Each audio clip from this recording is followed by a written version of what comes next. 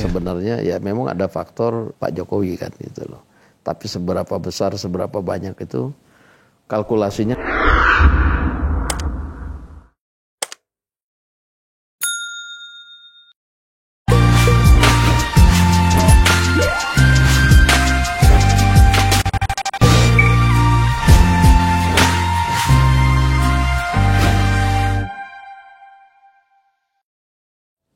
Bandul politik semakin bergerak, kadang-kadang beraturan, tapi lebih banyak tidak beraturannya. Yang namanya poros-poros atau kesepakatan awal semakin sudah mulai terbaca. Golkar, PAN, dan P3 itu membentuk sebuah kesepakatan. Lebih baik kita menggunakan kata kesepakatan, jangan poros lah. 3 partai. Konon kabarnya akan mengusung juga diri. Saya bicara tentang Pilpres atau Capres. Informasi terbaru yang kita dapatkan adalah PDIP mengambil sikap yang ekstrim dengan menafikan seorang kadernya yang kebetulan porsi keterkenalannya, keterpilihannya di dalam survei itu tinggi, bernama Pak Ganjar. Dan Hakul yakin bisa mengusung kader sendiri, dalam hal ini Ibu Puan sebagai calon presiden. Tapi ada satu figur kuat di negeri ini yang kalau 2 pemilu yang lalu itu bahkan jauh sebelumnya sudah kasakusuk, kok akhir-akhir ini malah berada lebih moderat, lebih banyak diam, tetapi kita tahu gerakan-gerakannya malah bisa menentukan nantinya. Maka kemudian saya mengundang sahabat saya, kolega lama saya, yang adalah wakil ketua DPR RI. Dan dalam keseharian di Partai Gerindra, itu adalah ketua harian. Artinya beliau adalah pengendali. Yang terhormat, Dasko Supmi. Om. Halo. Saya harus berterima kasih sama Anda Om Dasko. Kami bercanda biasanya begitu, karena kolega saya di Komisi 3 dulu. Beliau adalah tamu pertamanya podcast saya. Dulu situ di ruangannya itu sempit-sempit gitu. Sekarang udah luar biasa. Enggak juga Om. Ini apa namanya, ini kita rancang seperti apa adanya lah kira-kira. Kemajuan besar ini. Ini setelah COVID bukannya resesi, ini malah tambah. Iya, Pak Ketua Harian, Pak Dasko. Pembukaan saya tadi seperti itu. Anda kelihatannya, dalam hal ini maksud saya Gerindra, kelihatannya jauh lebih wise memainkan diri. Seperti yang saya katakan tadi, pada 2 pemilu sebelumnya itu jauh hari sebelumnya sudah kasakusuk kan. Kata yang tidak terlalu nyaman, tapi tidak apa-apa lah kita gunakan bahasa itu. Tapi sekarang ini tidak.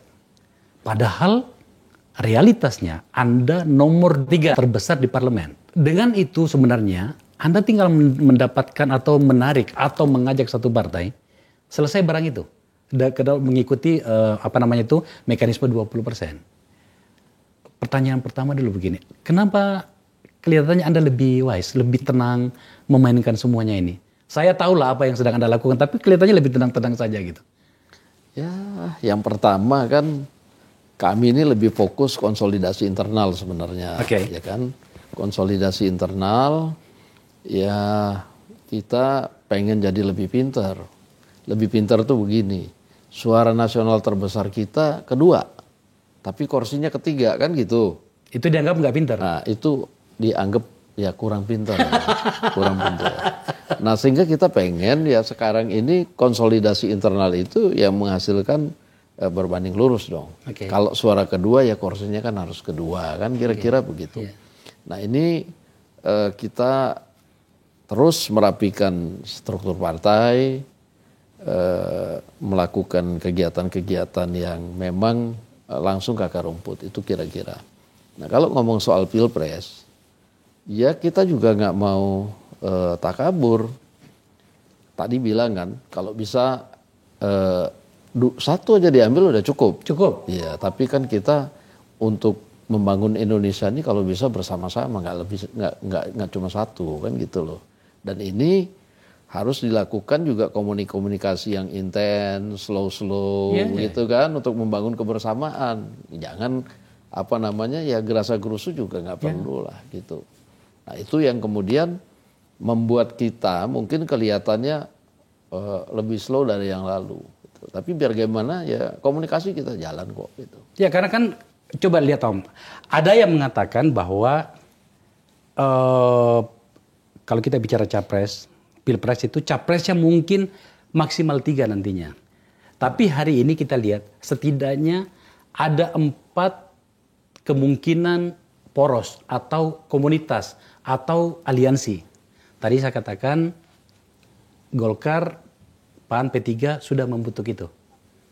Lebih dari 20% kalau kita mau melihat dari sisi itu. PDIP hasil survei mengatakan tampaknya mereka mau mengusung sendiri. Paling ngambil satu partai kecil barangkali jadilah barang itu. Terbaru, PKB dengan PKS juga membuat semacam komunitas atau aliansi atau poros. Meskipun itu belum cukup. Yeah.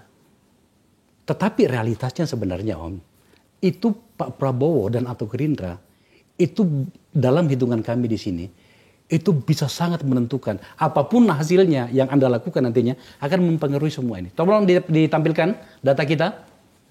Kita bermain data dulu Om. Ini ini pernyataan Pak Prabowo ya. Capres nggak harus saya, tapi kalau bisa yang berpengalaman kita tahu arahnya kemana. Kemudian saya menteri, kalau saya kampanye harus izin presiden. Semakin wise beliau. Ya, kita paham maksudnya gitu ya.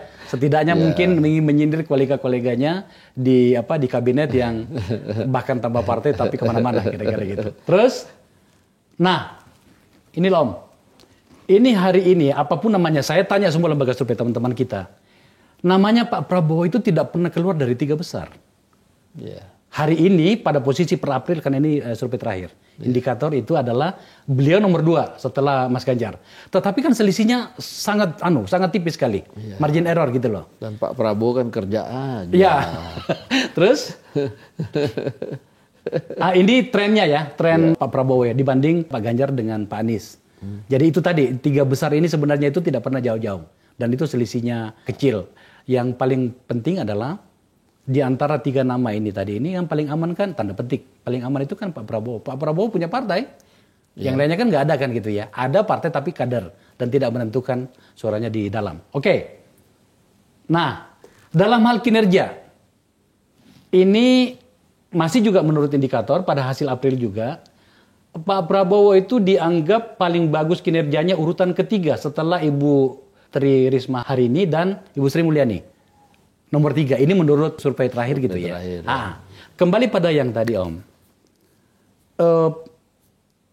Kita pengen tahu sebenarnya bagaimana Gerindra memahami situasi dan kemudian memainkan dirinya kelak di antara permainan yang sedang berlangsung sekarang seperti yang saya jelaskan tadi. Ada koalisi ini, koalisi itu.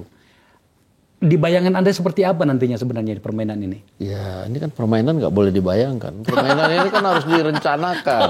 Nah, cuma kalau saya cerita di sini, nggak jadi tuh barang itu. Masa strateginya kita cerita kan gitu loh. Setidaknya dibuka dikit lah. Kan rakyat kita juga kan berhak untuk mengetahui apa yang sedang dilakukan oleh elitnya. Apalagi pendukung Pak Prabowo yang masih kuat loh. Ya, yang pasti kan kita ini juga belajar dari pengalaman lalu kan.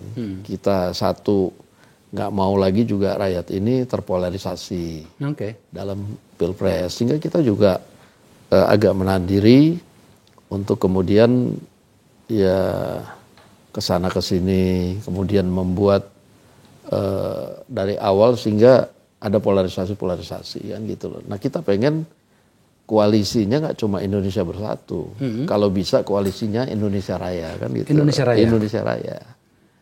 Nah kalau udah koalisi Indonesia Raya itu kan ya tinggal kita mikirkan gimana kerja buat bangsa dan negara kan gitu. Saya ikuti pola alur pikirnya Pak Ketua Harian. Kalau memang harus dibentuk namanya Indonesia Raya itu, kira-kira siapa? Gerindra? Ya kan saya nggak bisa bilang sekarang.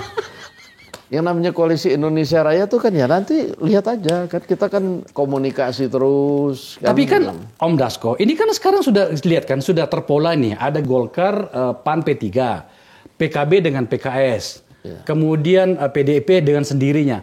Berarti kan tinggal tersisa 3. Gerindra, Nasdem, dan sekarang bulan apa ya? Tahun berapa? Masih lama memang.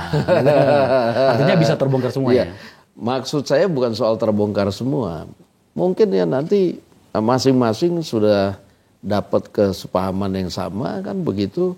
Sehingga ini kan saya mengacu koalisi Indonesia Raya kan itu bukan karena Gerindra Gerakan Indonesia Raya, tapi kan koalisi Indonesia Raya itu dalam skup lebih luas. Yang kemudian koalisinya kan bersama-sama kan gitu loh, banyak partai kan gitu loh. Nah ini untuk menuju ke situ kan perlu waktu, penjajakan, pemahaman bersama-sama kan itu. Makanya kita lebih banyak ya udahlah kita adakan dialog slow-slow aja kan gitu. Kemarin dengar Bang Surya di kantornya Nasdem itu penjajakan. Nah, justru kemarin itu kita baru yang namanya bicara slow-slow gitu. Iya. Kan itu banyak hal, dua sahabat bertemu, banyak hal yang bisa dibicarakan, nostalgianya aja banyak. Iya, gitu. iya. Dan ya nostalgia yang penting-penting pada saat dimana mereka masih muda itu udah mulai memikirkan membangun Indonesia itu luar biasa kalau kita dengar. Kita yang muda-muda nggak berasa kok itu. Tiba-tiba udah mau 5 jam aja gitu. Tapi tidak bicara tentang... Nggak ada, kita nggak ada bicara politik. Nggak ada bicara politik? Nggak ada, kita nggak ada bicara politik. Padahal biasa kan Om, orang menghubung-hubungkan gitu ya? Enggak, yang benar tuh begitu. Yang benar itu, ya kan nggak tembak langsung lah, kan gitu loh. Semua kan harus begitu. Iya, maksud saya gini. Sekarang Gerindra berapa persen? 14 ya? Ya, kira-kira 14. Begitu. Iya, 14%. Tambah Nasdem sekitar 8 atau 9 ya kalau nggak salah ya. Berarti kan sudah lebih kan gitu ya? Ya, Gerindra itu kan kalau dipasangkan dengan mana aja kecuali dengan P3 kurang memang gitu loh. Kalau hitung-hitungannya. Tapi itu tadi kita kan kalau bisa ya berkoalisi itu sama-sama gitu. Gitu. Saya sedang mungkin tampak seperti menyederhanakan, tapi kan ini masih jauh Om. Iya. Tapi setidaknya ya saya menggunakan logika publik yang suka berbicara hal seperti ini. Ada 2 pendekatan sebenarnya. Pertama pendekatan partai, kedua pendekatan elit. Kalau pendekatan partai kan itu Om Dasko pasti sudah melakukannya. Meskipun kerjanya lebih senyapkan gitu ya. Bertemu dengan siapa saja gitu. Kalau pendekatan partai kita bisa lihat, bisa saja misalnya dengan Nasdem atau bahkan dengan siapa gitu. Tapi pada saat berbicara tentang elit, ini menjadi lebih menarik. Kita kan sudah membaca tuh di ruang publik tuh awalnya. Pertama Prabowo Puan. Tetapi saya dengar-dengar tampaknya menjadi kecil kemungkinannya karena saya dengar-dengar PDIP. Luar biasa Om ini. Udah dengar dulu, kita aja waduh ampun ini. Dengar-dengar PDIP itu akan mendorong kadernya sendiri untuk 01. Saya baru dengar ini. Enggak. Ini di sini saya baru dengar. Ya bolehlah. Oke, kalau begitu ceritanya maka kemudian kita akan melihat yang lainnya. Pertanyaannya begini. Firm kah atau sudah pastikah 08 atau Pak Prabowo itu maju sebagai capres?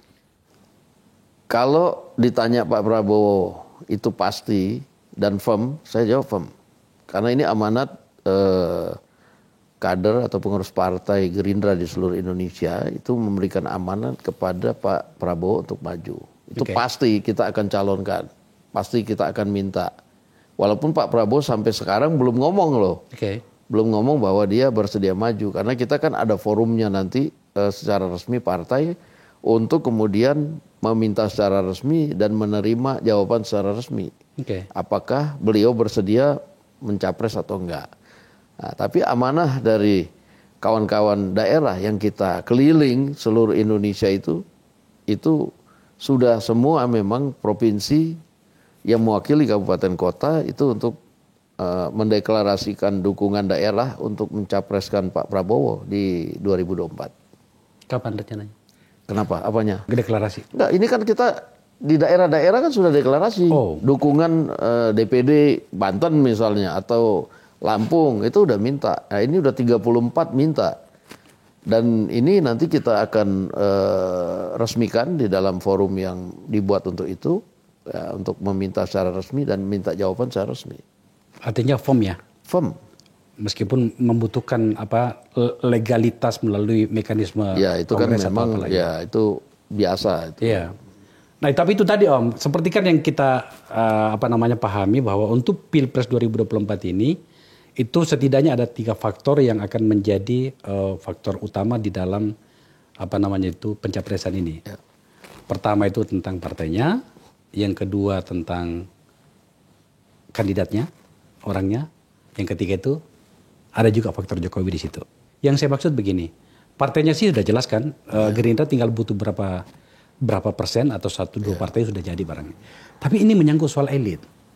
Pak Prabowo sendiri itu sudah telanjur bahkan lebih awal digadang-gadang berpasangan dan atau bergandengan dengan siapa misalnya. Memang untuk sementara paling sering itu adalah Prabowo Puan. Meskipun semakin hari saya lihat itu seperti yang saya sampaikan tadi, semakin rumit keadaannya. Bukan rumit ya, saya ganti. Semakin banyak pertimbangan yang harus dilakukan. Saya mau tanya menyangkut faktor Anies. Tidakkah ada kesepakatan tidak tertulis atau barangkali tertulis barangkali antara Pak Prabowo dengan Pak Anies? Maksudnya tertulis gimana? Saya bertanya, apakah ada sebuah kesepakatan tertulis atau tidak tertulis menyangkut itu? Salah satunya mengatakan gini, kalau Pak Prabowo maju, Anies tidak akan maju. Tetapi belakangan ada beredar bahwa Pak Anies juga akan maju dan itu terbaca pada berbagai survei. Bagaimana kami harus memahami seperti ini? Ya kalau dibilang awal-awal memang begitu. Okay. Pak Anies bilang dia kalau Pak Prabowo maju nggak maju gitu kan. Tapi kan ini dinamika politik. Kalau kita di Gerindra itu juga nggak kita permasalahkan sekali kok. Ini dinamika politik. Kalau Pak Anies kemudian merasa mau maju ya silakan aja maju, nggak masalah kan toh itu kan ya secara hukum kan tidak mengikat juga. Nggak ada perjanjian tertulis dan dia kan bukan kader Partai Gerindra yang kemudian kita anggap kalau kemudian bilangnya nggak nyapres terus melanggar ADART misalnya kan nggak gitu loh. Jadi kita mensikapinya ya biasa aja gitu loh. Kan toh waktu itu mungkin ya hitung-hitungannya belum, kalau sekarang dia kemudian Pak Anies ngitung udah waktunya maju ya nggak apa-apa. Kita nggak ada masalah. Kalau kemudian ternyata Pak Anies maju, nggak ada masalah? Nggak ada masalah, maju aja. Yang penting kan kita udah firm nih, Partai Gerindra calonnya Pak Prabowo kan gitu, itu aja.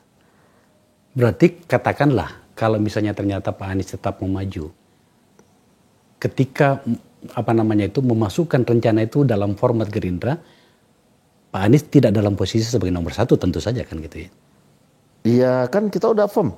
Ya. Calonnya bawa Pak Prabowo. Masa 2 presiden ya, kira-kira gitu 2 kan? calon presiden. Yang satu kan ketua umum, ketua dewan pembina partai lah kan gitu.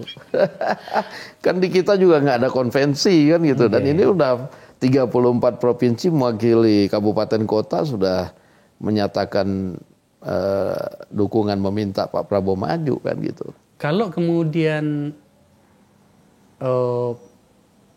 tiba-tiba terkondisikan entah oleh siapa, Pak Prabowo sebagai capres dan kemudian Mas Anies sebagai cawapres, bagaimana kemungkinan itu? Nah ini masalah terkondisikan oleh siapa itu kan hitungan matematika yang sulit kan gitu loh. Karena kita kan pasti nggak bisa maju sendiri kan. Kan kita harus berkoalisi.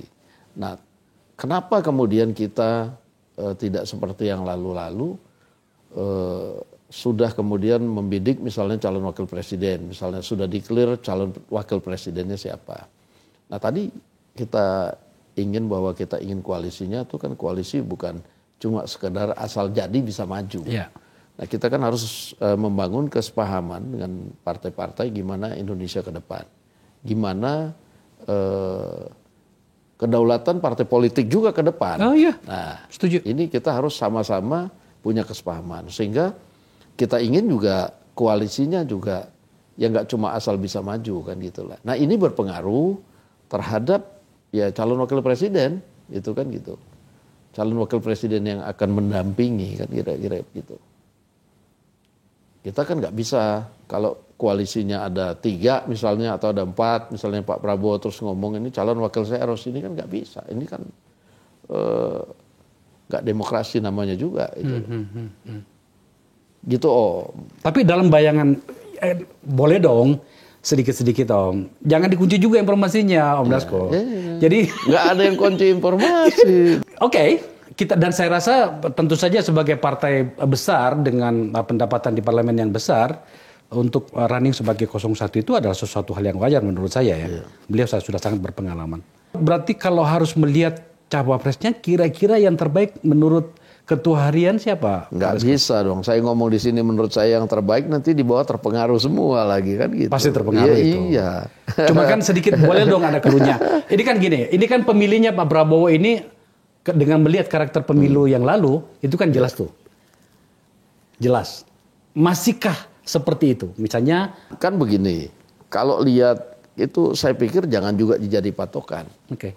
Kan kita sudah sepakat tadi kita mau tidak ada polarisasi kan. Nah sehingga kita juga akan mengambil ceruk pemilih tidak hanya di segmen yang lalu kan begitu. Nah kalau kita nggak mau polarisasi ya kita harus juga ngambil segmen yang lain. Nah sehingga kalau kita bicara cawapres ya kan tentunya juga kita nggak akan bisa memilih satu cawapres yang cuma bisa diterima satu segmen misalnya. Oke, gitu. Oke, menarik. Nah jadi dengan berbagai pertimbangan ya kita kan bangun koalisinya dulu. Tadi saya bilang dengan berbagai segmen tadi baru kemudian mau nentuin cawapres. Nentuin cawapresnya agak lebih, maksud saya agak lebih banyak tahapannya kan gitu loh. Daripada kemudian kita nentuin capres. Capres sudah pasti Pak Prabowo kan gitu loh. Iya sudah pasti itu. Nah yang kemudian kan membangun koalisi. Kita pengen ideal ya lebih dari satu partai tentunya koalisinya kan gitu loh. Dengan komposisi-komposisi yang mencerminkan tadi koalisi Indonesia Raya tadi. Oke. Gitu. Masih tentang elit Pak Dasko. Tentu saja pasti tidak dijawab ini. Tapi enggak apa-apa lah. Pasti nanti penonton saya akan protes. Kenapa nggak ditanyain ke Pak Dasko? Saya tanya saja soal jawab atau tidak itu terserah Pak Dasko. Ini ada satu kader ini teman kita. Kadernya PDIP, teman kita yang kebetulan surveinya bagus sekali, bahkan nomor 1 pada survei terakhir itu, tetapi tampaknya tidak cukup mendapatkan ruang di partainya, Mas Ganjar. Ya. Kan bisa juga tuh masuk dalam radarnya Gerindra ya? Jadi gini, ya mengenai masalah dinamika di politik partai, itu kan internal partai masing-masing. Kan, gitu. Nah mengenai hitung-hitungan tadi saya bilang mengenai cawapres itu kan juga penuh dinamika, tergantung juga dengan partai koalisi. Nah, Pak Prabowo kan nggak bisa bilang iya atau tidak, kemudian harus ini, yang ini tidak kan gitu loh. Nah, jadi pertanyaannya adalah nanti apakah kemudian misalnya ada nama yang tadi disebutkan itu nanti akan disorong oleh partai-partai yang berkoalisi dengan Gerindra misalnya, ya tentunya kan Pak Prabowo harus mempertimbangkan masukan-masukan dari partai-partai tersebut kan gitu kira-kira itu loh. Jadi nggak bisa dibilang ini bisa nggak loh. Kalau kita bilang sekarang misal saya bilang oh ini masuk radar ternyata nanti partai koalisi bilang jangan gimana gitu. Menggunakan ilmu cocok logi, ya kan? Cocok logi. Tadi itu. Misalnya ternyata kemudian apa yang banyak dibicarakan orang hari ini ternyata benar adanya apa itu lahirnya KIB itu adalah sebuah medium yang dikondisikan oleh kekuasaan sekarang ini untuk kendaraannya Pak Ganjar. Meskipun ini sudah dibantah dengan sangat keras oleh pimpinan partai di KIB itu. Terutama Pak Erlangga itu sudah membantahnya. Saya undang juga Pak Bang Sul ke sini juga membantahnya. Tapi katakanlah ternyata itu benar adanya. Jadi Gerindra dan KIB kemungkinan seperti itu ya bisa juga cakep loh itu. Ya itu kan kalau ya kan nggak ada yang nggak mungkin ya dalam politik ini. Ya cuman kan saya juga nggak bisa bilang ya kita mau terlalu ini nanti ya kan mereka sudah bikin. Nah kan tetap makanya komunikasi-komunikasi itu dilakukan. Dan menurut saya dalam politik kan tidak ada yang tidak mungkin juga gitu loh. Nah sehingga kami juga mengambil posisi ya udah kita ikut aja, kita ikut arus yang mengharuskan kita ya ke sana kita coba komunikasi, ke sini kita komunikasi kan gitu. Semua kemungkinan itu terjadi. Semua kemungkinan bisa. Tapi yang paling kaget kemarin itu adalah pernyataannya PS ya, Pak Prabowo itu kemarin itu. Jujur saja itu saya juga cukup kaget bahwa tidak harus saya sebagai capres. Meskipun kan teman-teman di daerah ini kan sudah bersuara kan, sudah mengeluarkan sikap. Kita harus membaca apa kira-kira pernyataan itu? Iya kan itu kan sepotong. Kan saya ada di situ. Dia ngomong ya kan kalau ya silakan aja yang muda-muda. Ya. Tidak harus saya yang capres, tapi kalau bisa yang berpengalaman kan gitu. Emang yang berpengalaman jadi capres yang muda-muda siapa ya? Ini tampaknya belum ada ya. Ya iya gitu. Nah itu disambut oleh media, diviralkan ya kita ketawa aja karena kita di situ kayak gitu loh. Tapi publik bisa kemana-mana tuh itunya. Ya nggak apa-apa. Nggak apa-apa ya. Ini namanya juga hiburan. Kita ini Indonesia habis kena pandemi, perlu banyak hiburan, Om, supaya kita ini ke depan ini ngelihat itu jangan ya ini suram-suram terus kira-kira kan gitu loh. Iya makanya Om, pembukaan saya tadi kan seperti itu bahwa jujur saja ini saya makin menikmati melihat gerakan Anda nih. Pak Prabowo sebagai orang yang digadang-gadang sebagai capres, menyibukkan diri atau sibuk dengan tugasnya sebagai anggota kabinet, seakan-akan menafikan apa yang terjadi, tetapi kan aku tahu lah apa yang dilakukan Om Dasko kan gitu ya dan teman-teman di Gerindra gitu ya. Cakep lah sebenarnya gitu ya. Menurut saya cakep sekali. Tapi itu tadi sekarang saya masuk pada posisi Pak Prabowo sebagai anggota kabinet gitu ya. Seperti apa sih komunikasi antara keduanya dalam hal ini Pak Prabowo dengan Pak Jokowi menyangkut dengan rencana itu? Jadi gini loh, yang pertama memang sudah ada kesepakatan di internal antara Pak Prabowo dan kami. Bahwa Pak Prabowo itu ketika masuk kabinet itu kan juga ingin total. Jadi salah satu janji kampanye itu kan memperkuat sistem pertahanan di Indonesia. Nah itu dia buktikan dan dia sudah ngomong bahwa dia kalau kerja ya total. Nah sehingga kegiatan-kegiatan partai misalnya itu sudah dibagi dengan kami. Kami-kami lah yang di partai. Nah dalam menghadapi Pilpres pun ya demikian. Dia tetap komit ya kalau bisa saya jangan di awal-awal begini sudah kampanye, kerjaan saya masih banyak kan gitu loh. Nah kita nggak ngomong yang lain kan silakan. Ini kita kan cuma ngomong soal Pak Prabowo loh gitu loh. Biar saya yang ngomong bahwa bukan. Banyak teman menterinya Pak Prabowo yang kemana-mana gitu. Iya kalau yang lain tuh mungkin kan memang nggak ada aturan yang mengikat tidak boleh gitu loh. Tetapi kan kalau di kami sudah sepakat dari awal gitu loh bahwa dia akan fokus di Kementerian Pertahanan sebagai pembantu presiden kan gitu loh. Nah kemudian kalau dilihat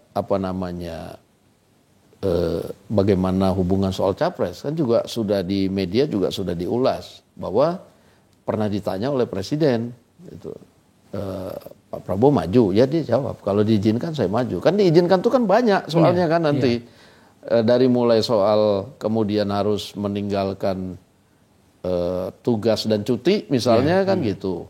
Atau bahkan mundur sekaligus untuk fokus kampanye gitu ya? Ya itu belum kita bisa bahas karena kita belum lihat perkembangan kan gitu loh. Tapi tentunya sebagai pembantu presiden ya itu yang harus dilakukan kan. Dia harus izin. Kalau diizinkan ya jalan kan gitu. Kalau nggak diizinkan gimana? Tapi kalau sudah diminta oleh rakyatnya Gerindra kan tidak punya pilihan kecuali mengambil risiko itu. Iya memang kalau maju kan gitu loh. Nanti kan kalau diminta maju ya maju. Tapi kan kalau ditanya presiden kan dia bilang Bapak izinin nggak gitu loh. Pakai politik. Ya ini kan tata krama. Iya. Itu tata krama. Nah itu juga dia selalu pesan ketika saya kunjungan atau kerja di kementerian itu nggak boleh kemudian ada gimmick-gimmick politik atau kemudian diselipkan acara-acara politik. Saya nggak boleh gitu loh. Nah ini kita benar-benar taati. Dan kita bersyukur bahwa dengan kerja-kerja begitu saja, surveinya kan tadi fluktuatif kan selalu di... Tidak pernah keluar, bahkan dari 2 besar. Gitu. Nah, makanya, jadi alhamdulillah. Nah, gimana kalau nanti kita sudah mulai memang kerja-kerja politik kan gitu. Bagaimana sih Om hubungan antara Pak Prabowo sekarang dengan pendukung lama? Ya pendukung lama relatif kita masih komunikasi. Oke. Bahwa kemudian ada juga yang masih kecewa, yang belum move on, yang masih marah, yang kemudian menganggap Prabowo nggak komit, ya itu masih ada, gitu masih ada. Tapi kan juga kita sudah jelaskan juga ke sebagian besar pendukung juga yang bisa menerima apa kenapa kemudian kita melakukan rekonsiliasi, yang tentunya ya kita bukan membangga-banggakan diri. Tapi boleh dilihat bahwa hasil rekonsiliasi ini itu mempunyai sumbangsi besar terhadap negara dan bangsa. Kalau kita nggak rekonsiliasi kemarin, ini negara misalnya dalam keadaan COVID kemarin, kita masih gontok-gontokan, apa jadinya nih negara? Misal itu. Nah kita sudah jelaskan. Dan sebagian pendukung yang melihat bahwa ya memang Pak Prabowo itu kemudian menuntaskan janji kampanye. Ya nggak semua ya, sebagian karena dia kan cuma dapat Kementerian Pertahanan dan KKP lah sekarang kan gitu. Ya itu ya kita kerja aja. Dan ya alhamdulillah pendukung-pendukung sebagian besar kan tahu gitu loh. Oh iya. Dan saya bukannya nggak datang, saya datengin kok. Kita komunikasi. Dan kita bisa, ya nggak apa-apa kalau orang bilang, oh Prabowo sudah ditinggalkan sebagai salah pendukungnya, sebentar lagi akan kandas, akan karam karena rekonsiliasi misalnya. Ya kan tadi kita lihat di survei ini kan cuma indikator, tapi kan bisa kita lihat. Ya ada beberapa survei yang lainnya juga mengatakan gitu. Nah menyangkut soal itu Om, lagi-lagi saya harus balik tentang figurnya Mas Anies gitu ya. Burhanuddin tadi pernah duduk di sini, itu menjelaskan dengan itu bahwa kalau kemudian pasangan ini, misalnya pasangannya yang maju itu nantinya Prabowo dan katakanlah Ganjar gitu ya, maka pendukungnya Anies itu pasti akan ke Prabowo. Kalau yang maju adalah Ganjar dengan Anies, pendukungnya Pak Prabowo itu akan lari ke Anies. Dan seterusnya seperti itu. Itu di dalam kacamata bahwa komunikasi politik dan atau hubungan-hubungan politik antara Pak Prabowo dengan Anies masih berlangsung.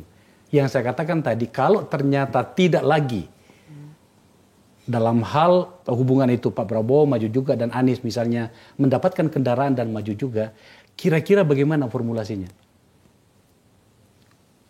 Ya, saya nggak mau ngomong hitung-hitungan hitung-hitungannya ada di sini soalnya itu. Gitu. Kalau kita ngomong di sini nanti baca orang langsung waduh ini gitu kan gitu. Tapi satu hal yang pasti Pak Prabowo capres, berarti kalau Pak Anies masih membayangkan dirinya jadi calon presiden, ya tentu saja harus memahami semua ini ya. Kira-kira itu. Ya saling paham aja. Saling paham aja. Itu dan kita ya kan juga nggak menghalang-halangi juga kan gitu kan, mana pernah kita ngomong keberatan misalnya Pak Anies maju, silakan aja, nggak ada masalah kan, yang milih kan nanti pemilih. Iya pemilih gitu. Dan sebelum dipilih itu kan ada mekanisme bernama kendaraan ya. Ya apa kendaraannya apa kita belum tahu. Iya kita belum tahu, tapi mungkin Mas Anies tahu kan gitu loh. Gitu, ya. Iya nggak masalah. Jadi kita bikin aja nih pilpres ini yang asik-asik, yang enak-enak. Kalau bisa penuh kejutan kan gitu aja. Gua demen itu kalau kayak gitu tuh. Tapi pasti ada kejutannya. Ya kita lihat aja nanti itu. Ini Om Dasko ini dari tadi muter aja gitu. Padahal kita kan susah. Kalau kita dipancing terus ngomong, ya nanti saya diomelin. Loh, Bang, kenapa dibuka? Katanya kan gitu. Karena kenapa? Semua orang kan bicara itu, dan dalam hal misalnya Pak Prabowo itu, para pemirsa, itu hanya kita bisa melihat dari gerak tubuhnya. Dia berada di sekitar presiden. Tetapi bagaimana bagaimana keriuhan di sekitarnya itu enggak. Kita tidak pernah melihat bagaimana beliau terlalu maju ke depan. Paling ke tempatnya Bang Surya Paloh kemarin, ternyata enggak membicarakan politik juga ternyata. Ini pertemuan dua orang sahabat saja. So, makanya saya undang beliau karena kita pengen tahu. Ternyata minim juga ya. Om Dasko, jadi menyangkut dengan Pak Jokowi. Saya bicara tentang Pak Jokowi. Faktor Pak Jokowi itu di dalam pertimbangannya Pak Prabowo sebesar apa sih dalam keputusan politik 2024 nantinya? Wah, ini saya nggak bisa jawab. Karena kan ya kan banyak faktor sebenarnya. Ya memang ada faktor Pak Jokowi kan gitu loh. Tapi seberapa besar, seberapa banyak itu kalkulasinya nggak bisa saya buka dong kan gitu. Dalam banyak analisis saya dan teman-teman itu tidak bisa memahami bagaimana misalnya Pak Jokowi dan Pak Prabowo yang bertarung pada tahun 2014 dan 2019 bersatu dalam satu kabinet. Kalau dibawa dalam analisa partai, dalam pendekatan bagaimana eksistensi sebuah partai, keputusan Anda itu benar ya?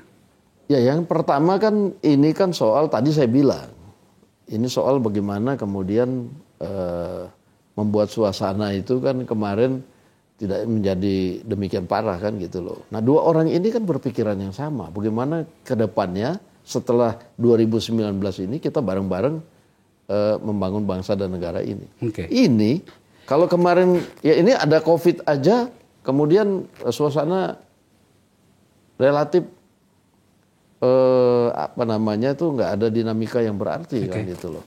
Nah, apalagi kalau kemarin nggak ada COVID, ini saya pikir ya pembangunan kita sih pasti akan lebih mantep gitu loh.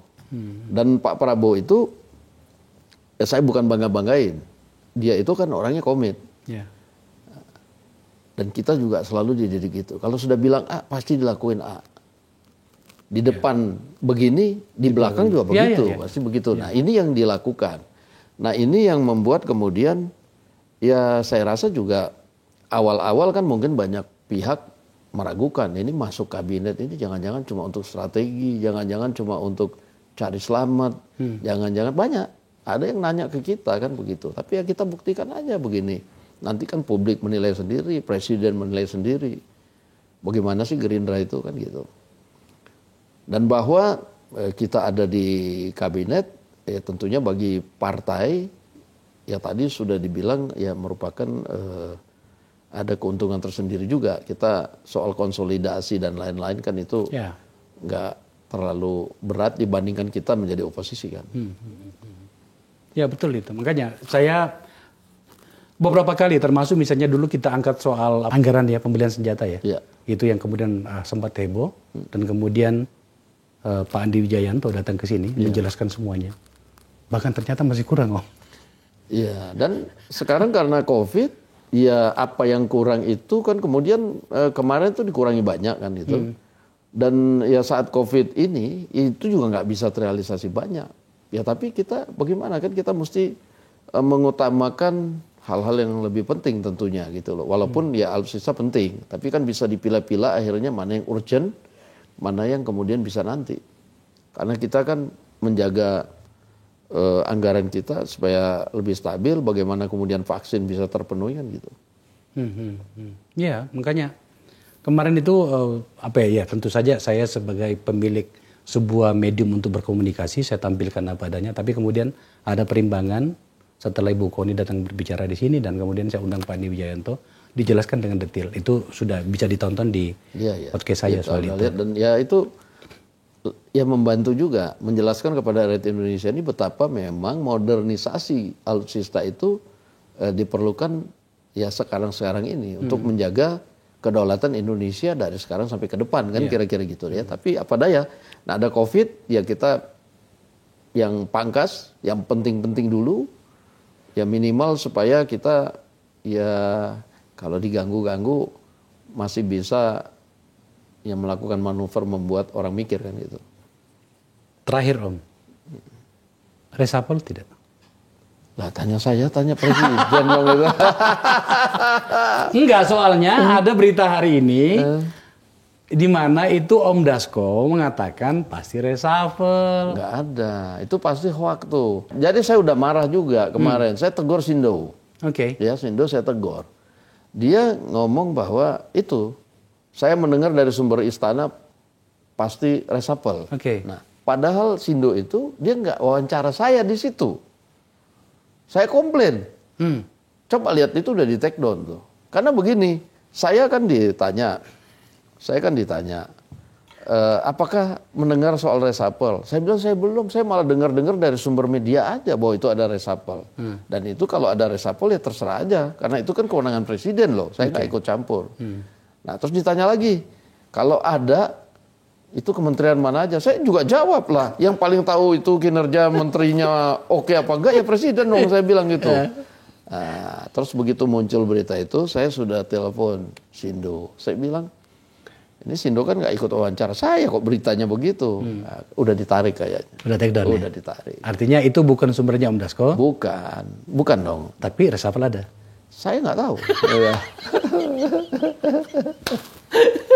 Tapi kan reshuffle itu kan bukan hal yang ya tabu kan gitu loh. Bukan hal yang tabu, tapi hari-hari ini Iya. reshuffle atau tidak, terutama kepada beberapa figur itu sangat menentukan arah permainan tanda petik menuju tahun 2024. Kira-kira begitulah logika orang.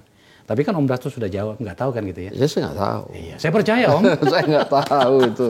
Nah nanti ya kita ngobrol lagi kalau seandainya benar ada reshuffle kan itu baru kita diskusi. Bahwa ternyata memang sudah tahu. Ya enggak lah. Ampun kita ini. Aduh, kan reshuffle gitu kan nggak dibicarakan oleh presiden ke DPR. Tapi gitu. ada teman kita loh, udah kan kabar-kabarnya katanya itu partainya masuk gitu ya. Tapi dia sendiri udah bilang di sini, kayaknya aku udah lupa tuh katanya pernah dijanji. Om, makasih ya. Ya, makasih. Saya berkepentingan, tentu saja juga kita semuanya berkepentingan karena sudah banyak yang datang ke sini sumbernya itu ya kalau bukan dari kubu ini, tapi dari sisi dan kacamata atau sudut pandang Pak Prabowo dan atau Gerindra itu masih jarang. Bahkan barangkali tidak pernah. Iya, karena gini, kita juga membatasi diri juga untuk kemudian lebih banyak kita kerja aja lah, gitu loh. Kerja aja ini kan karena Om Akbar Faisal aja. Saya tuh sekian banyak coba cek tuh. Setelah kunjungan ke Pak Surya Paloh misalnya itu, mana ada kita yang ngomong di TV. Betul. Diundang ini, kenapa? Saya bilang ya percuma juga. Uang kita ngomong di sana hai. Jelasinnya nanti orang nggak percaya juga gitu. Nah, kalau dibilang kalau Gerindra nggak datang, nanti banyak spekulasi gini. Itu spekulasi itu terserah aja. Itu makin asik kita nontonnya kan gitu. Oh, makasih ya. Ya, sama-sama. Saya selalu rindu dengan Anda. Aduh. DPR baik-baik saja ya. Alhamdulillah, baik-baik saja. Semoga saja nantinya kita semakin bisa berbuat banyak dalam posisi kita masing-masing Om ya. Amin. Pemirsa, itu tadi diskusi saya dengan sahabat saya, Wakil Ketua DPR RI, Pak Dasko Sukmi, yang juga adalah Ketua Harian DPP Partai Gerindra. Semakin cakep permainan saya lihat. Luar biasa. Saya jujur saja menikmati dari jauh. Dan boleh percaya boleh tidak, para pemain kunci di masing-masing partai itu semakin muda usianya ya. Semakin muda dan semakin lebih cakep memainkan semua ini. Mudah-mudahan saja kemudian dari hasil olahan permainan teman-teman muda ini di masing-masing partai itu memberikan menu terbaik bagi kita semua bernama Indonesia. Sebab sejujurnya itu tujuan utamanya. Terima kasih telah menyaksikan acara ini.